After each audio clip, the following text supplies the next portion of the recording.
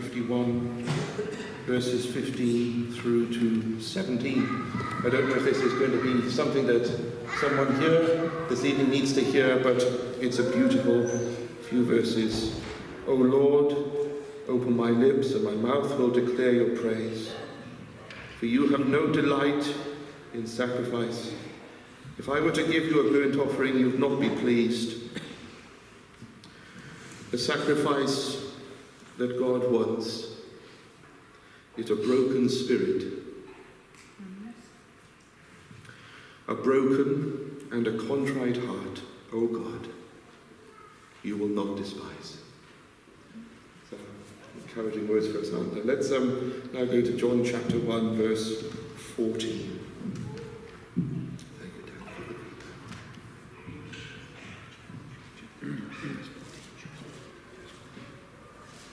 Vom citi din Epistola după Ioan, capitolul 1, versetul 14. Și cuvântul s-a făcut trup și a locuit printre noi, plin de har și de adevăr. Și noi am privit slava Lui, o slavă întocmai ca slava singurului născut din Tatăl. Amin. Most important name in the Bible is Jesus. Cel mai important nume din Biblie este Iisus. The most important word in the Bible is grace. Cel mai important cuvânt din Biblie este har. And so I would imagine the most important question is, what does grace mean? Iar cea mai importantă întrebare poate să fie, oare ce înseamnă har? Let's take 5 minutes to listen to the true story of a lady called Stephanie Fast. În următoarele câteva minute voi vorbi despre o femeie pe nume Stephanie Fast. Stephanie was born in 1950 in Korea. Această femeie s-a născut în Coreea în 1915. Her mother was a Korean, her father an American soldier who disappeared.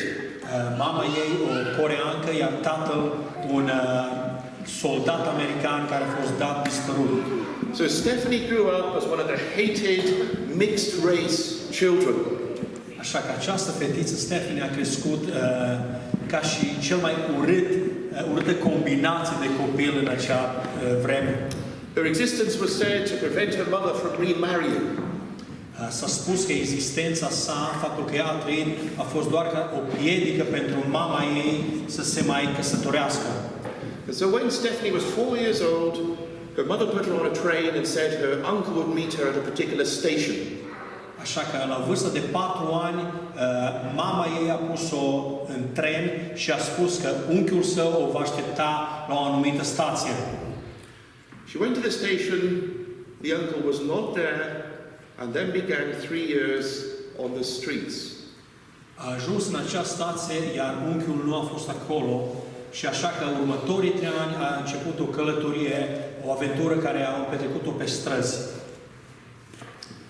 To keep herself warm at night, she slept in a foxhole.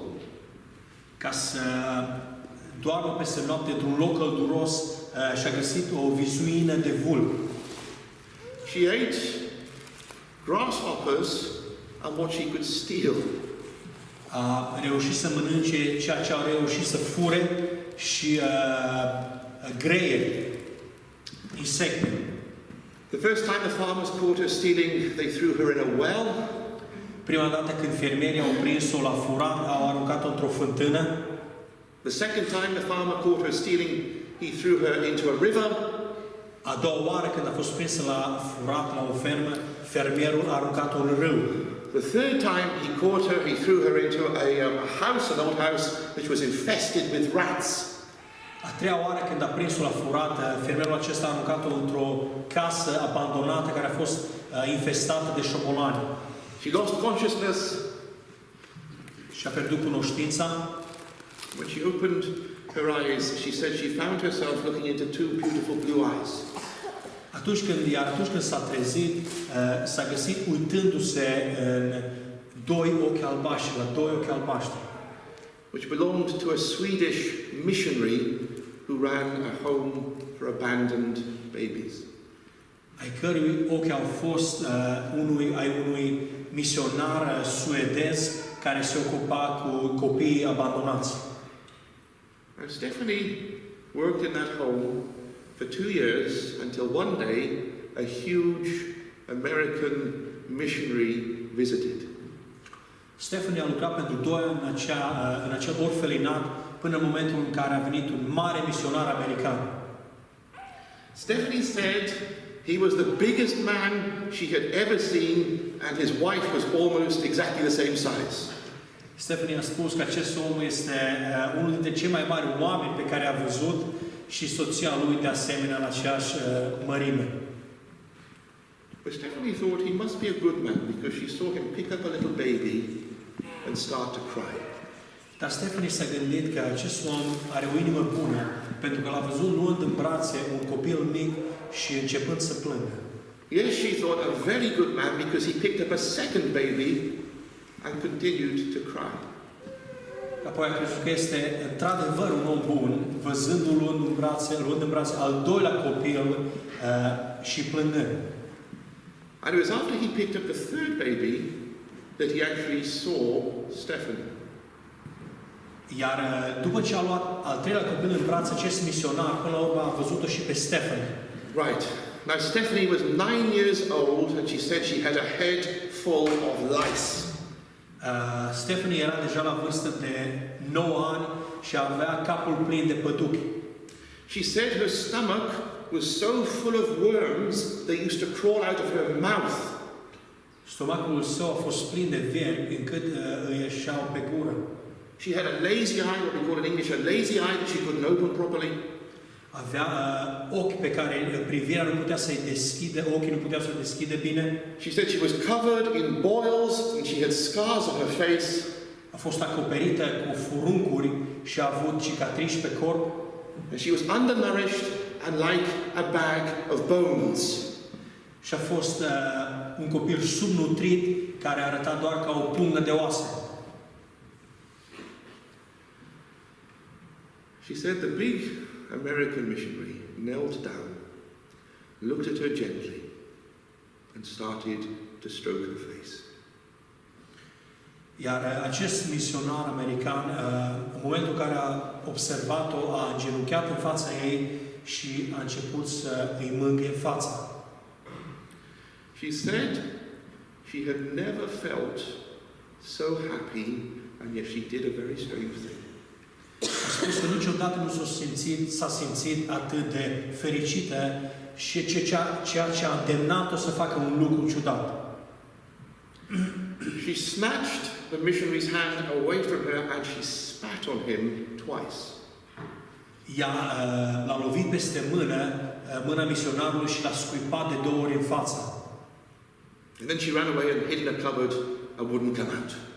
Iar apoi a fugit și s-a ascuns în dulap și nu a mai vrut să iasă. The next day, Stephanie was summoned to the director's office where the American and his wife were waiting. În următoarea zi, Stephanie era în biroul directorului, acolo unde misionarul și soția sa așteptau. She said she thought, now I'm going to get the beating of my life. S-a gândit că acum va primi cea mai mare bătaie din viața ei.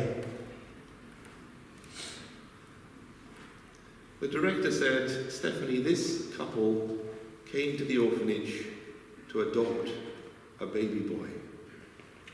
Directorul a spus lui Stephanie, acest cuplu a venit la orfelinatul nostru ca să adopteze un băiat. Să adopte un băiat. But they tell me they have changed their mind and they want to adopt you. Dar mi-au spus că și-au schimbat hotărârea și vor să te adopte pe tine. Not a baby boy. Nu un băiețel. Not a well-behaved child. Nu un copil care știe să se comporte frumos. They want to adopt you. Vor să te adopte pe tine. You will be a daughter to them, they will be your parents. Tu vei fi o fiică pentru ei și ei vor fi părinții tăi. They will take you to live in a land of hope and opportunity. te vor duce să trăiești într-o țară a tuturor posibilităților. And this is not temporary. This is forever.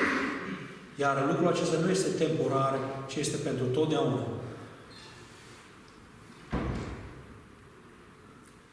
The word is grace. Cuvântul este har. Undeserved love. Dragoste nemeritată. Is this how you see God? Este acesta oare felul în care îl vezi tu pe Dumnezeu? In this, you are looking at God's heart.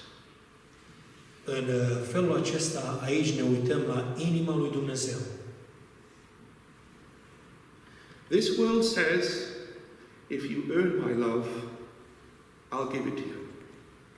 Lumea spune, dacă îmi câștigi dragostea, ți-o voi da și eu înapoi. Grace says, if you earn my hatred, I will give you my love. Harul lui Dumnezeu spune, chiar dacă mă urăști, eu tot îți voi arăta dragostea mea. And people asked the Apostle John, what was Jesus like? Oamenii l-au întrebat pe Apostolul Ioan cum a fost Iisus Hristos.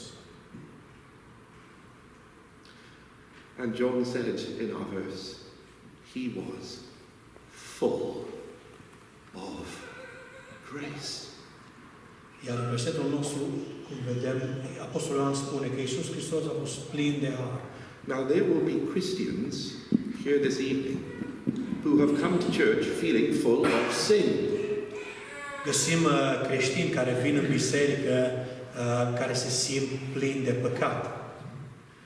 And you think, well, if God knew all about my sin, He would send me away straight away.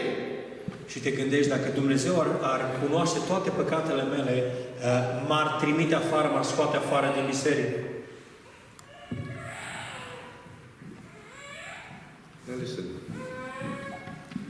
God knows about all your sin, and He is ready to be gracious. Dumnezeu ne cunoaște toate păcatele noastre, dar El este gata să ne arate harul Său. If He will show grace to strangers, how much more will He show grace to His children? Dacă Dumnezeu arată dragostea Sa și harul Său străinilor, cu atât mai mult o va arăta și copiilor Săi. See, our relationship with God is called a covenant of grace. Relația noastră cu Dumnezeu este numită un legământ de har. And if you're not yet a Christian this evening, I want to tell you what you need to do. Iar dacă nu ești un creștin în această dupămasă, vreau să spun ce trebuie să faci. You don't need to learn 1,000 verses. Nu e nevoie să înveți pe de rost 1000 de versete. You don't need to do 1,000 good things. Nu trebuie să faci 1000 de lucruri bune. You need to find God's grace. Trebuie doar să găsești harul lui Dumnezeu. Să-L cauți. Now, believe on the Lord Jesus, and you shall be saved. Crede în Iisus Hristos și vei fi mântuit. For when He was among us, He was full of grace and truth. Pentru că atunci când Iisus Hristos a fost printre noi, El a fost plin de har și dragoste. Amin. Amin.